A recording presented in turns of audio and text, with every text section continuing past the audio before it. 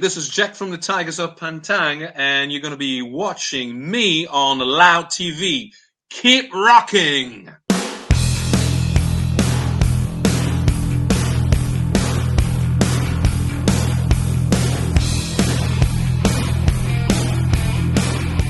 Hello guys, I'm with Jack today with yeah, I think you are here and welcome It's me. you. Welcome on Loud TV and for a best of Yeah. Tiger that's going to be released in May this year. Yes. So yeah, it's quite a best of for yours. For you, you are in the band. Well, it's yes, it's yes. It's so funny. I was thinking about this because as a record collector, as you can see, this is Yeah, my my secret place. I was never a big fan of compilations. If you know what I mean. I always wanted whenever I got into a band, I wanted to buy all the records, and that's why the collection has got huge and huge and huge and huge. And but I never experienced the fact of having a compilation that involves my band. I mean, I'm a member. So it completely changes the perspective, and because it's like looking back at 16 years, which are not that much, but at the same time are a lot of years that you've yeah, been. I've been singing with the Tigers, and so all of a sudden it was like, oh my God! So it's important. Meaning it became important. It became important. It became really, really, really challenging to when the record label said, okay, and what would you suggest as the tracks? It was like, oh my God, it's gonna be difficult, very difficult. But I hope we did the right choices, and so it was interesting to going back to all the listening to all the records back again, and picking up the songs that as we always loved and people we always loved, and also picking up some of the songs that we like, but they didn't have that much chance to uh, either to be played live or to have a wider audience. hmm And so that's that's the idea behind majors and minors. It's not. It's like it's the idea of including in this compilation songs that hopefully people know, and some songs that people are not that familiar with. That's the majors and minors, and also obviously the idea of majors and minors is major chords and minor chords, and yeah. that's it was Rob's idea. The minute we started talking about a compilation, he said, I have a perfect title for the compilation. It's going to be Majors and Minors. And we all said, yes. at least somebody had a very, a very clear idea of how it should be called at the album. And that was it. Okay, but at the same time, best of is a good way to discover the band. I think. I know. But that's the other thing. That's the other thing. That's the other thing I discovered because obviously I know the band. I know the band, but there's a lot of people that got to the people who know the bands for the past, but didn't know that we were and we are still going. First and second thing, there are people who are familiar maybe to some of those albums, like the 2016 Tigers of Pan Tang self-titled album. That album, for all the good reason, have become an album that people kind of like. But maybe they didn't have a chance to listen to Ambush or even to Animal Instinct, which was the very first album that I was involved with way back in 2008. And so it's a good chance. Actually, it's a good chance also because we're going to play these songs live whenever it will be possible, together with the old classics. So if people have grabbed this copy, and then come to a show, it will listen to these songs live as well as the the there will never be a Tiger show without Susie Smile and Spellbound and Hellbound. Sorry, and Hellbound. So those two songs are going to be in no matter what happens. It's going to happen. It's going to happen. So that's it. And actually, you had to tour with Saxon. Yep, we did. Well, it was not the very last show, but it was the very last big show that we did. It was way back more than a year ago, on the 7th of March in Dusseldorf, and we played with Saxon, with Doro, and with Diamond Head.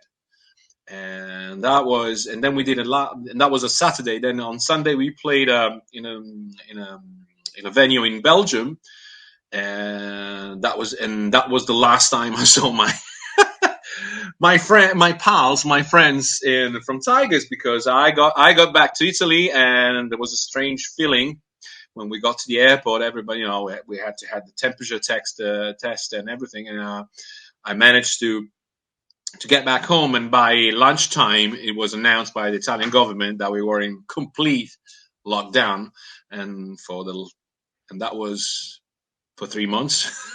So it was a tough one. So I just had the chance to get back home, and I was thinking of putting myself in a sort of 10 days quarantine, just because I actually traveled in places where still there was no whatsoever kind of there was not the perception or the feeling that it was going to get worse. So yeah.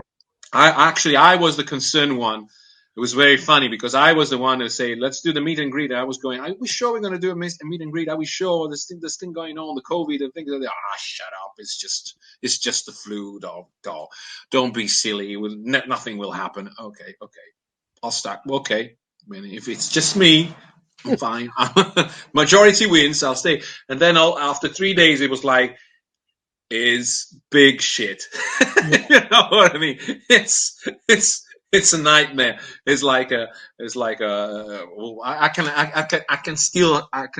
Cannot still describe it, but it happened. So yeah. And that was I got photos. I got photos of the audience. I got photos. I remember during that day we arrived quite earlier, so we had the chance to meet the guys, to have a chat with some of the Saxon guys a bit backstage, and then we did a sound check, and then I literally went, and I could walk on the stage, on the big stage with the big eagle and everything. I was like, "Ooh, wow, that's huge." I wish I could have one time in my life this whole big stage craft, and everything was like a castle. Like ruins of a castle. It was fantastic, and the guys from Saxon were really, really, really, really, really friendly. We know Diamond Head, and Rob and Brian have friends since a long time, and so that we played already together a couple of times. So that was like some kind of we knew we're going to have good a good time. But when it comes down to such a big band, iconic band like Saxon, it's not even about the members. It's about the entourage that might be. You're not allowed to do this. You're not allowed to do that. And there was nothing like this. We were all walking around, talking and having a laugh and drinking and discussing about beers like and things, and this kind of stuff. So it was really nice. It was a big contrast between what that weekend and what happened like 2 days after. It was like, oh my God, it's like I was doing my thing and then I cannot do anything. It's like, oh, that's difficult. By the way, you joined Tigers 16 years ago, and I tried to have the information on the internet, but it's quite unclear. How did you join the band? Well, you have to ask me. I'm the source. I'm the source. Well, it was way back in 2004. It was back in 2004. I was having there were big changes in my life. I was actually it was the time where I decided, even though I've been playing my entire life, I've been in bands since I was 14 years old. So music has always been with me. But at that time of my life in 2004, it was a time where, even though I was a bit older than expected, but I decided to put music in the like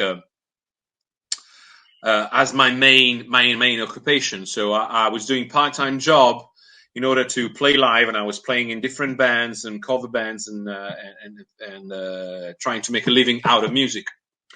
And that particular time, all of a sudden, it came an email saying that from a Swiss management saying that a British band was looking for a singer. So I have to say I never had I never had I never went through the whole experience of an audition. Meaning I was always lucky enough to be the right guy in the right place at the right time. So maybe mainly it was friends asking, "We need a singer. I'm here. I'm available." That's it. So, but I never went through an audition. So what happened is so you put that email, you put that I never had that kind of experience, and also the fact that I was in that particular time of my life when I wanted to, prove myself that I could be a full-time musician. So I took the chance. So I replied saying yes. I would like. I would like to take the chance. So I sent a couple of demos, and after a couple of weeks, I got back back an answer saying that I was in the there were other singers that the singers that were have been selected, and but I was in the shortlist. First selection. Yeah, first selection. So I said, okay, fantastic. All of a sudden, I got an email saying, "Would you like to come to England? We will pay for the flights and everything, and do a proper audition in the north of England." By the way, the band it's Tigers of Pan Tang, and I said, "Ooh, I know Tigers of Pan Tangs first. Second, I'm familiar to their repertoire. I got their albums."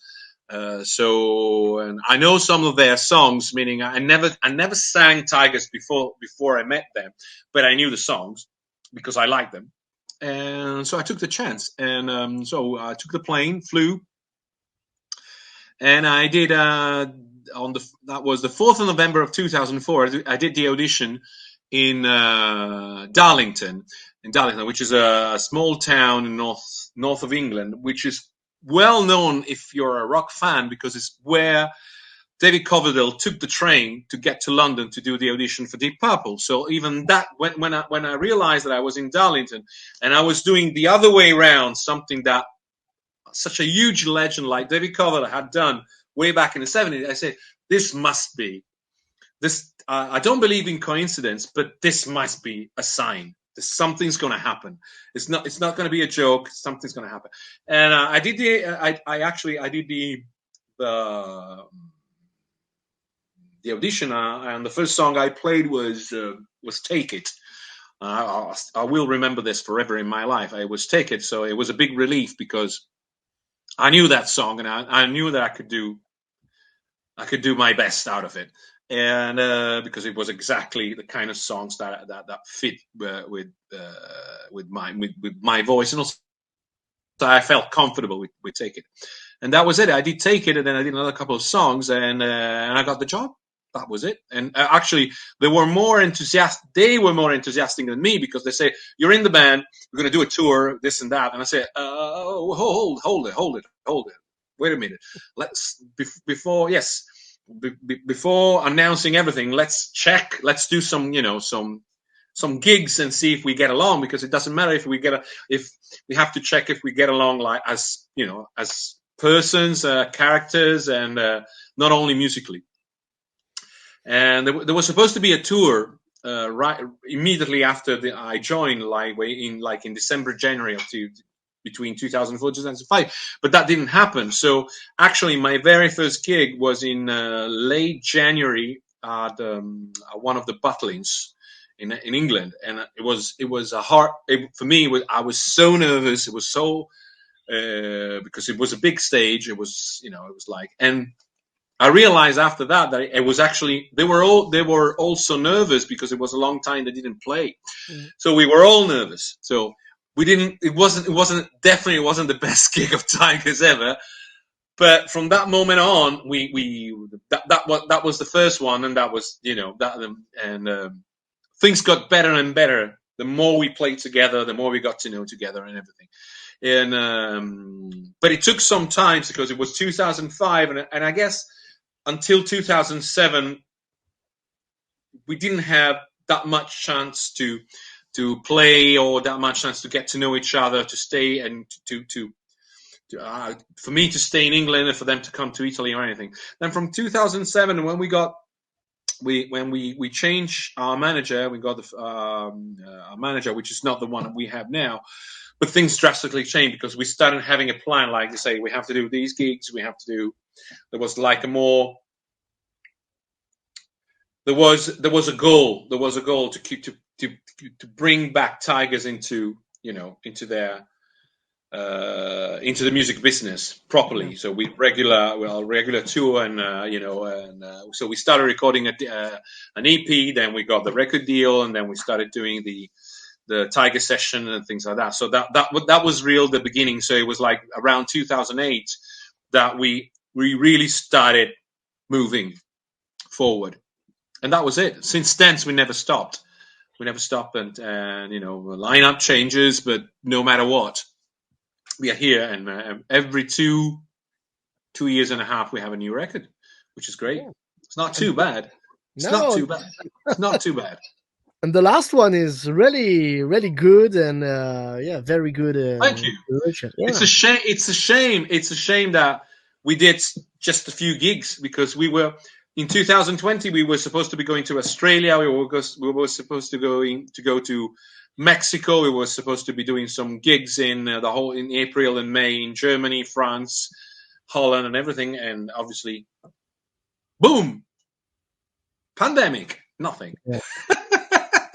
And still, we don't know. And still, even this year, hopefully we're going to do some shows. We're really looking forward to doing some shows. But, you never know. You never know what's going to happen. Yeah. You have to live. We live day by day, week by week. That's what we do here in Italy. We have every Friday. We have the government saying, "Okay, you're allowed to do this and to do this. You're not allowed to do this." And so it's really strange. Yeah.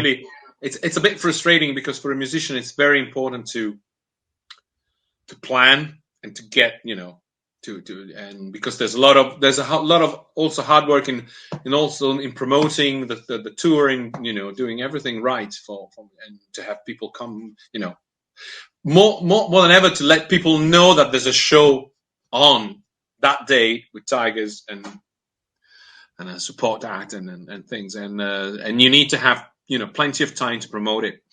And it's a shame that you can't do anything, you can't forecast anything, and this doesn't help the whole thing. But it affects everybody in the I would say in the arts, because it's the same thing for big acts, small acts, for exhibitions, for cinema, because movies don't come out obviously. Yeah. So it's affecting everybody. So that's the only thing. That's the only thing. We're not alone. Meaning in this bad times we are dealing it just like many other people. That's it. That's the only thing that makes me feel a little bit better. I'm not alone. Are you allowed this week to eat gelati in Italy? Gelati is ice cream. Yeah, right. Yeah. Are you allowed? It's a private jet. Yes. We are. Yeah. I'm sorry. Gelati ice cream shops are open. The only thing that are allowed to be open, even if we are now in what we call a red zone, which means that shops are closed, apart from supermarkets and a few ones. No bars, only takeaway. No bars, no pubs, no restaurants, anything. Cinema closed, theater closed. Even music shops are closed.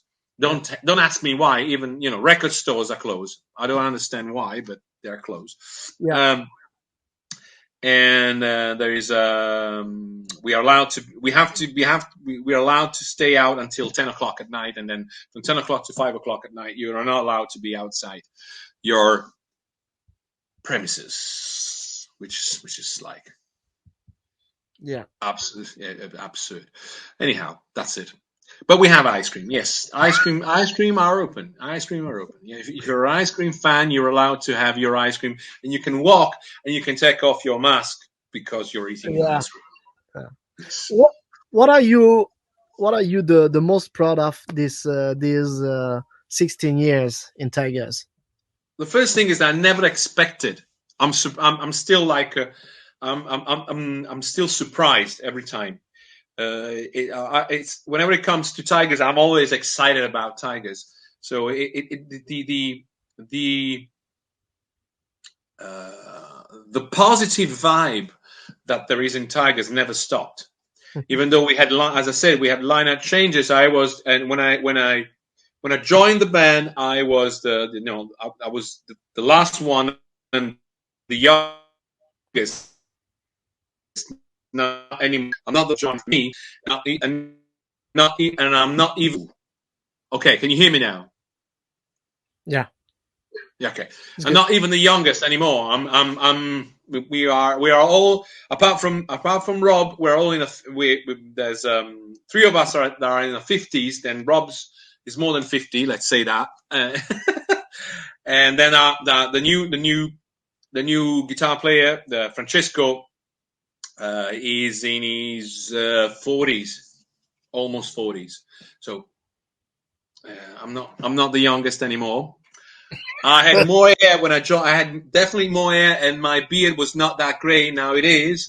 And but the most exciting thing that I think the things that also as I said, it's excitement, the music, and the fact that when it comes down to write songs,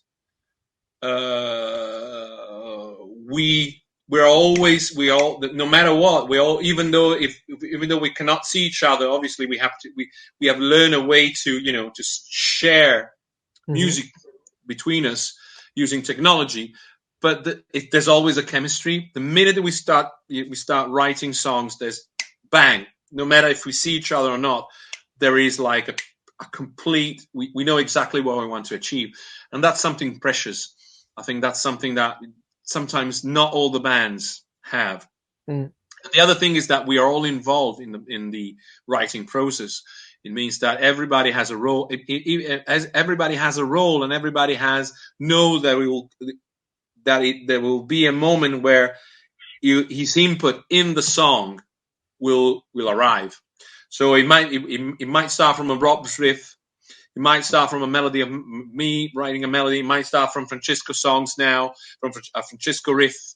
It might start from Craig is a great writer. He writes a lot of lyrics, and he's into melody. So we share the duty of writing lyrics and melody.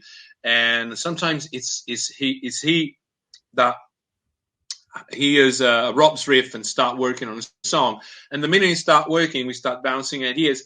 And no matter what, it very rarely happens that we are not I would say synchronized. We're not complete. We know where he wants to go and where, and whenever he stops because he doesn't know which direction the song should take. Then it's me, writing some lyrics, or I'll say, oh, I'll work on the chorus, and that happens.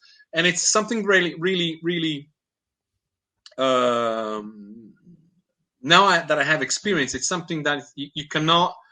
It's rare. It's not. You don't have to take it for granted. It's something that you have to appreciate every time, because it's not that. I've been working with other bands, and sometimes this doesn't happen. Meaning, there's somebody who writes the whole thing, and kind of just guide the others to do exactly what he wants. It's never a complete sharing process like it is in Tigers, which is great. Animal Instinct was made with the intention of saying we're back and we want to play. We're back and we want to let the people know that we want to relate to our past. then Ambush was the great was the gave us the great opportunity to go back to work with Chris Tsangarides, and Chris Tsangarides added a lot of, meaning was one of the reasons why Spellbound and Wildcat got that famous, because he was involved and he was behind the desk and putting, meaning for Spellbound he was like the main producer and engineer.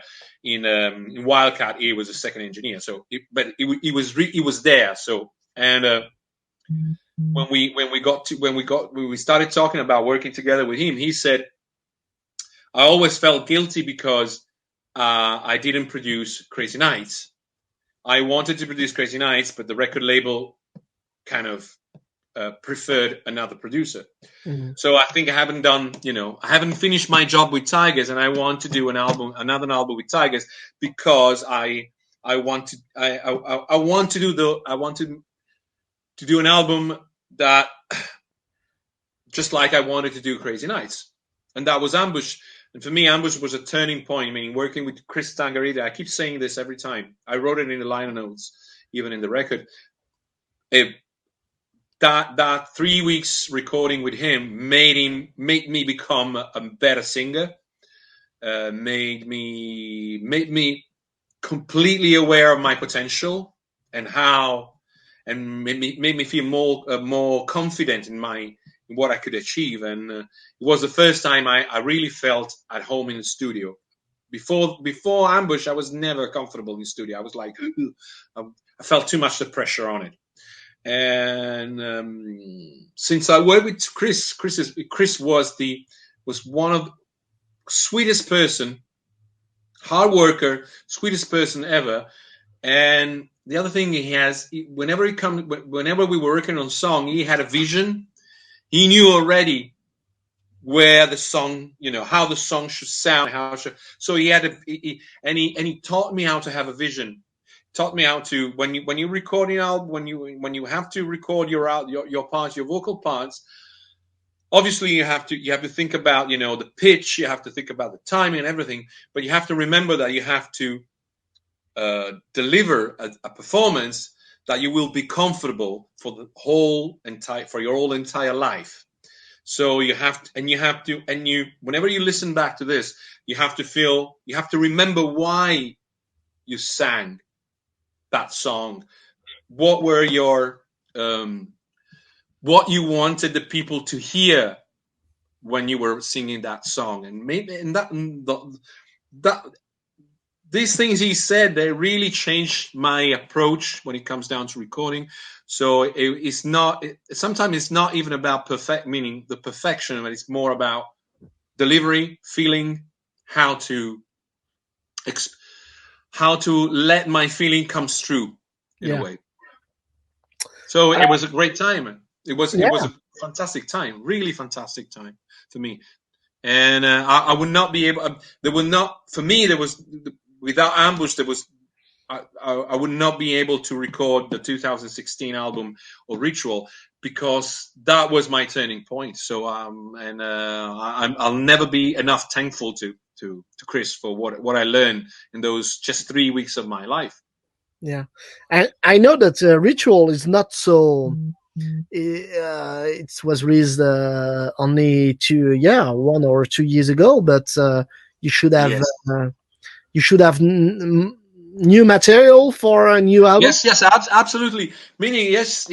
Well, Ritual was recorded was recorded in May 2019, and we have been working on Ritual throughout all 2018. We've been actually even 2017. There's some songs that have been. Me and Mickey started working on. I remember in September 2017. What happened was that 2018 we had so many gigs, and we didn't have time to concentrate on new stuff. So we were meant to be recording in December 2018, but we didn't make it. We didn't felt comfortable. We thought that we were not ready to go in the studio because the songs were not like just like as Crispus said, the vision of the song was not complete. Mhm. So we have to postpone until May, and then the minute it was out, and then it was released in November 2019.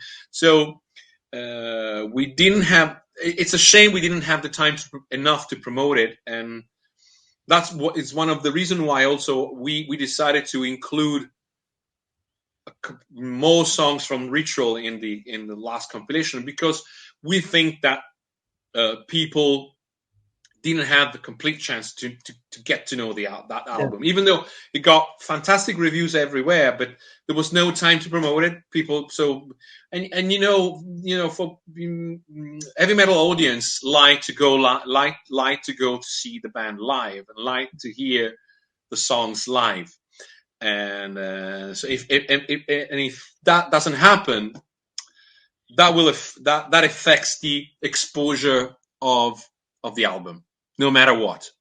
So that was one of the reasons we said, okay, we have to definitely put the Destiny, White Lines, and Damn You, and then we decided to put Worlds Apart, which was because we always thought it was a great song, and also we had this wonderful idea of having a wonderful idea. We had this complete different mix of Spoils of War with the full orchestration that we didn't use for the album, and we said it's I think people will like it because it gives also like it is something different. It gives a complete different vibe to the song, and so it's worth releasing as a bonus track.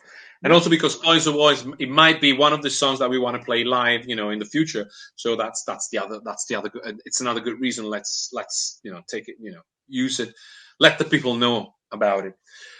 And and what happens that since then, since March 2020, then Mickey left, and so we started working. We immediately started looking for a new guitar player.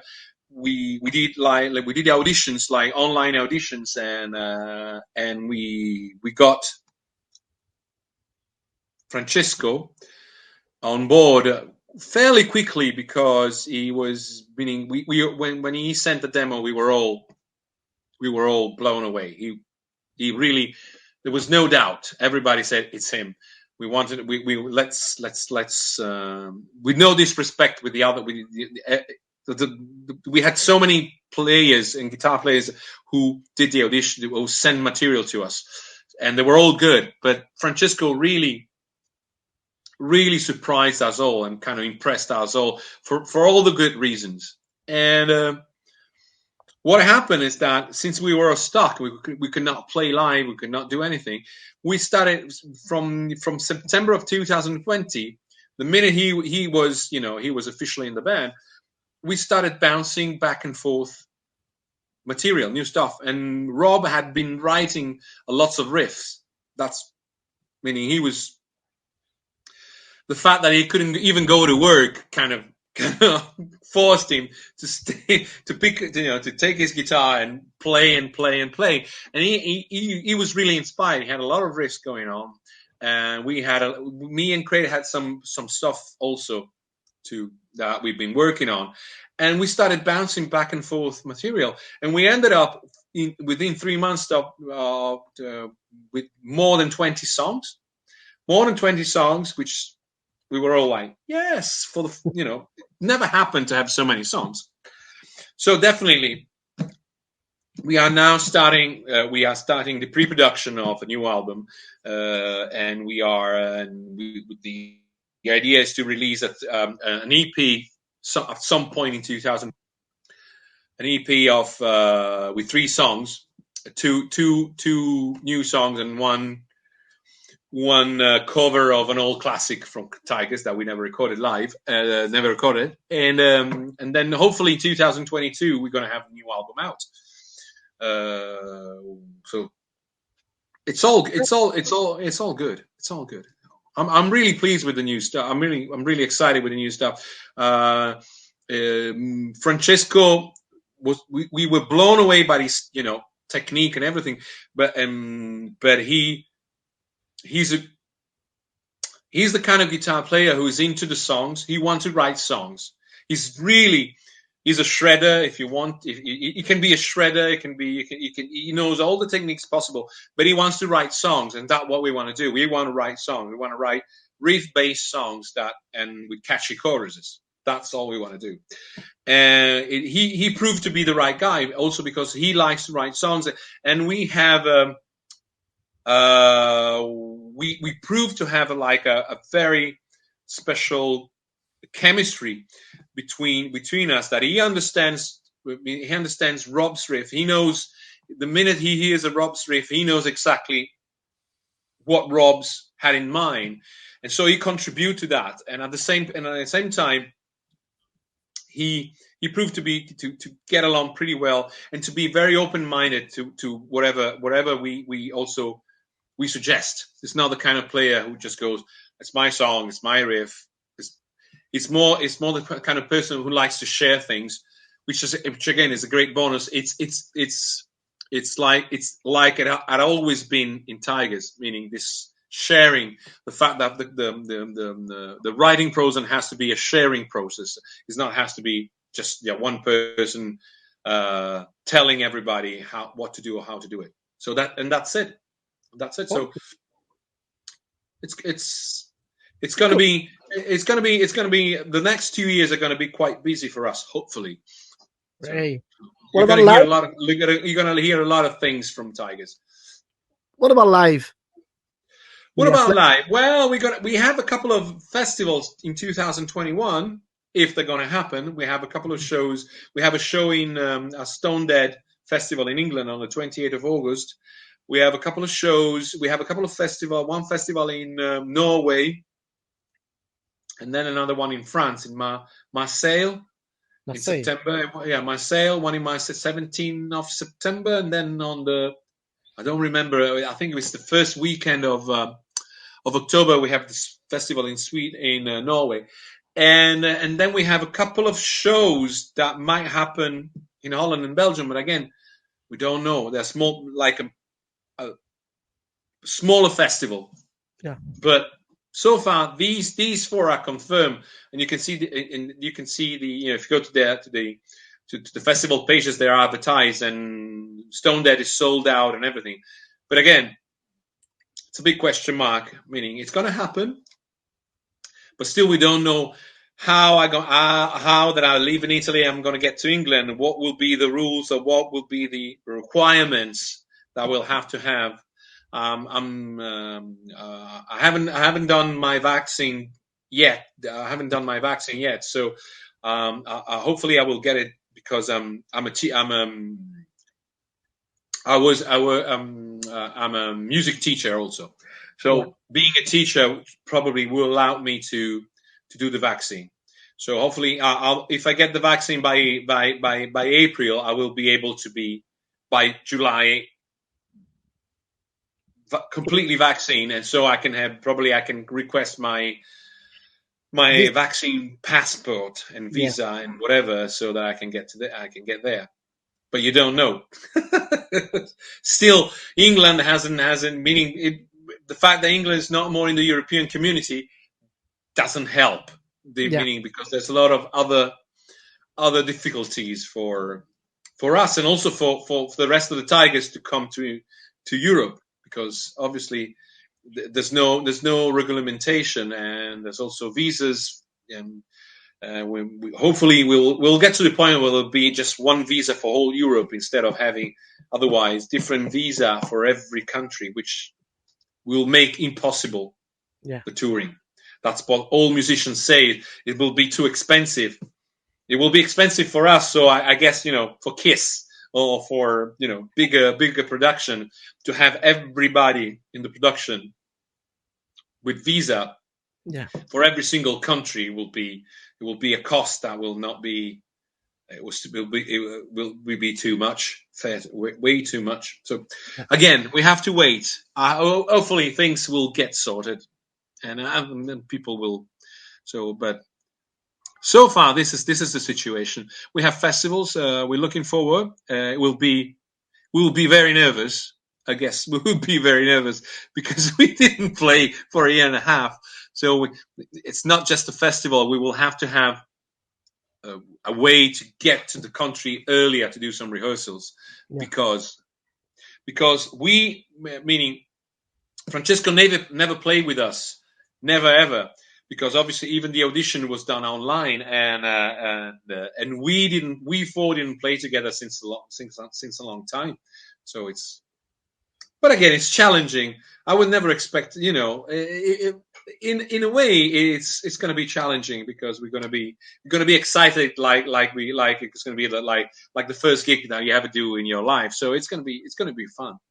So I always see the brighter side of, if you know what I mean. I Yeah. always see the brighter side of the street, no matter what. So that's my attitude. So that's it. We'll This is we'll an we'll Italian yes. attitude with the sun. Well, half glass. It's a half glass full, half glass Empty. empty. So for me, it's always half glass full. So it's good wine, by the way. So it's half glass full of good wine. So I'm positive the double. You know what I mean? Wonderful. Wonderful. Thank you very much. Thank you. It's been a pleasure.